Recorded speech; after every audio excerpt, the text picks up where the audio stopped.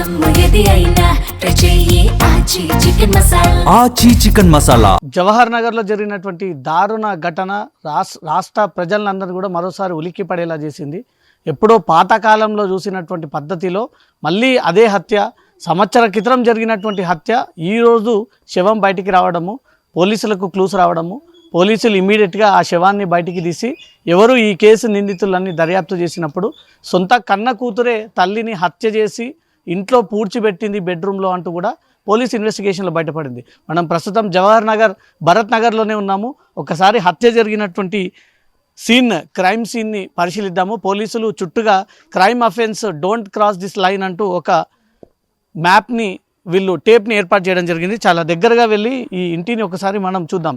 ఇది చాలా 30 ఏళ్ళ 40 ఏళ్ళ క్రితం ఈ మిలిటరీకి చెందినటువంటి వ్యక్తి దీన్ని కొనుగోలు చేసి అప్పుడు నిర్మాణం చేసి అప్పటి నుంచి కూడా ఇక్కడే ఉంటా ఉన్నాడు. మిలిటరీకి చెందినటువంటి కుటుంబం అంటూ కూడా పోలీసులు వెల్లడించారు.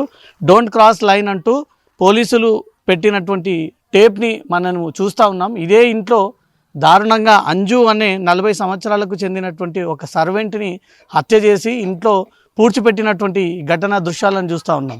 చాలా పూర్వ ఇల్లు 40 ఏళ్ల క్రితం నిర్మించినటువంటి ఇల్లు. మిలిటరీలో పనిచేసేటువంటి తన భర్త ఈశ్వర్ పెళ్లి చేసుకున్న తర్వాత ఈ అంజుతో కలిసి ఇక్కడే నివాసం ఉంటున్నాడు అనేది కూడా పోలీసులు గుర్తించడం జరిగింది. అంజుకి 2 కుమార్తెలు జన్మించారు. 2 కుమార్తెలు కూడా ఇక్కడుండే వాళ్ళు రెగ్యులర్గా రాకపోకలు సాగిస్తూ ఉన్నారు, చదువుకుంటూ ఉన్నారు అనేది కూడా పోలీసుల ఇన్వెస్టిగేషన్లో బయటపడింది. దీనిలో మోంటీ కుమార్ సింగ్ ఎటు మోంటీరాజు సన్ ఆఫ్ దిలీప్ సింగ్ 22 సంవత్సరాలకు చెందినటువంటి ఒక క్యాబ్ డ్రైవర్. ఇతను జీడిమెట్ల మేడ్చల్ చెందినటువంటి వ్యక్తి. ఇతను నేటివ్ బీహార్ స్టేట్కి చెందినటువంటి వ్యక్తి.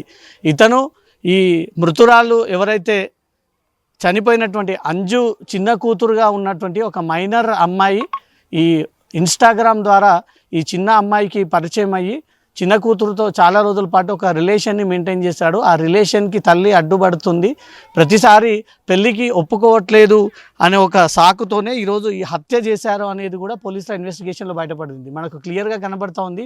ఇదే ఇంట్లో చాలా రోజులుగా ఈ కుటుంబం నివాసం ఉంటుంది. 2 కూతుర్లతో సహా అంజు ఇక్కడే నివాసం ఉంటుంది అనేది కూడా పోలీసుల ఇన్వెస్టిగేషన్లో బయటపడింది. మే 12వ తేదీన అంజు 40 ఇయర్స్కి చెందినటువంటి మహిళ తన పని పూర్తి చేసుకొని మధ్యాహ్నం టైంలో వచ్చినప్పుడు ఈ మే 12వ తేదీన ఇల్లీగల్ రిలేషన్ పెట్టుకున్నటువంటి వ్యక్తి మోంటీ కుమార్ సింగ్తో కలిపి తన మైనర్ అమ్మాయి 2 కలిసి తల్లి ఇంట్లోకి వచ్చినటువంటి వెంటనే మెడ భాగాన్ని చుట్టేసి ఒంటిపై అనేక చోట్ల గాయాలు పరిచి అనేక చోట్ల కత్తితో పొడిచి తను చనిపోయిందా లేదా అని ఒక కన్ఫర్మేషన్ తీసుకొని అనంతరం వారు ఉన్నటువంటి బెడ్రూమ్లో కింది భాగాన్ని పూర్తిగా తవ్వి ఆ బెడ్రూమ్లో ఈ తల్లిని పూడ్చివేశారనేది కూడా మేలో జరిగినటువంటి ఘటనల అక్టోబర్లో ఈ కేసు వెలుగులోకి వచ్చింది. అప్పటి నుంచి మిస్సింగ్ కంప్లైంట్ నమోదు చేసి పోలీసులు దర్యాప్తు చేపడతా ఉన్నారు.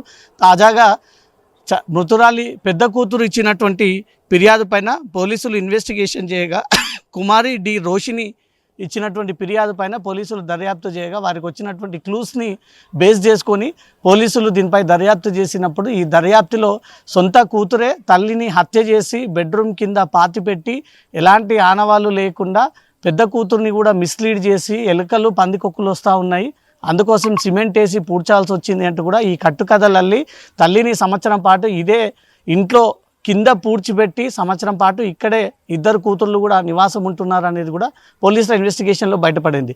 ఇలాంటి ఘటనలు హైదరాబాద్ చుట్టుపక్కల ప్రాంతాల్లో ఎక్కువగా రిపీట్ అవుతూ ఉన్నాయి. మీర్పేట్ జరిగినటువంటి ఘటన మరవక ముందే సేమ్ అదే తరహాలో తల్లి శవాన్ని ముక్కలుగా నరికి శవాన్ని బయటికి పారేయకుండా బయటికి తెలియకుండా ఇదే ఇంట్లో భద్రపరిచి బెడ్రూమ్లో పెట్టుకొని ఈ సంవత్సరం పాటు చిన్న కూతురు ఒక డ్రామా క్రియేట్ చేసింది అనేది పోలీసుల ఇన్వెస్టిగేషన్లో బయటపడింది.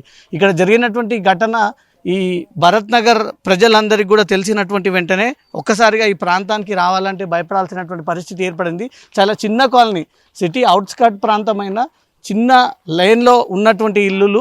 దీంట్లో వీళ్ళు 40 ఏళ్ళ నుంచి నివాసం ఉంటున్నారు. ఇక్కడ చనిపోయినటువంటి మృతురాలికి 2 కూతుర్లు ఉన్నారు. 2 కూతుర్లు కూడా వివిధ వర్క్స్ చేసుకుంటూ ఉన్నారు.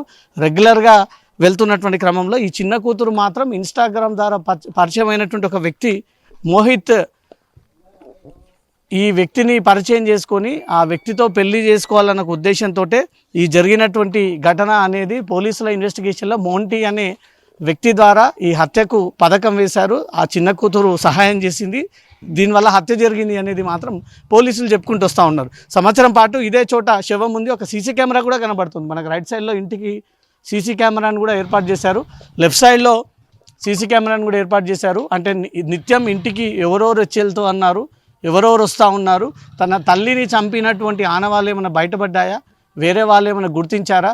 చిన్న కూతురు చాలా తెలివిగా సినిమా డ్రామాటిక్ క్రియేట్ చేసింది. పెద్ద కూతురుని కూడా, అంటే తన సొంత అక్కని మిస్లీడ్ చేసింది, ఇటు కుటుంబ సభ్యుల్ని మిస్లీడ్ చేసింది, పక్కన ఉన్నటువంటి స్థానికులకు ఎవరు కూడా అనుమానం రాకుండా చాలా తెలివితేటలు ఉపయోగించుకొని ఎలాగైనా తన ప్రియుడిని దక్కించుకోవాలి, మోంటీ సింగ్ కుమార్ని అనే ఒక ఉద్దేశంతో తల్లి పదే పదే దీన్ని నిరాకరిస్తూ ఉంది. గతంలో తన ప్రియుడి పైన 2 ఫిర్యాదులు అందజేసింది. ఒకటి జవహర్నగర్ పోలీస్ స్టేషన్ కాగా మరొకటి బొల్లారం పోలీస్ స్టేషన్లో ఈ కేసులు నమోదు చేసింది. తన తల్లి బతికుంటే ఎలాగైనా తనకు వివాహం జరగదు ఈ మోంటీ కుమార్ అని చిన్న కూతురు భావించి ఎలాగైనా తన తల్లిని చంపాలి అని ఒక పథకం ప్రకారంగానే మే 12వ తేదీన తన తల్లి పని ముగించుకొని ఇంటికి వచ్చి ఇంట్లో కూర్చున్నటువంటి క్రమంలోనే ఈ ప్రియుడితో కలిసి చిన్న కూతురు అత్యంత దారుణంగా ఇంట్లో ఉన్నటువంటి కత్తులను ఉపయోగించి ఎక్కడికక్కడ బాడీ పీసెస్ అన్ని కూడా కట్ చేసి బెడ్రూమ్లో ఉన్నటువంటి ఆ ప్రాంతాన్ని అంతా కూడా తవ్వి కింది భాగంలో పాతిపెట్టి మళ్ళీ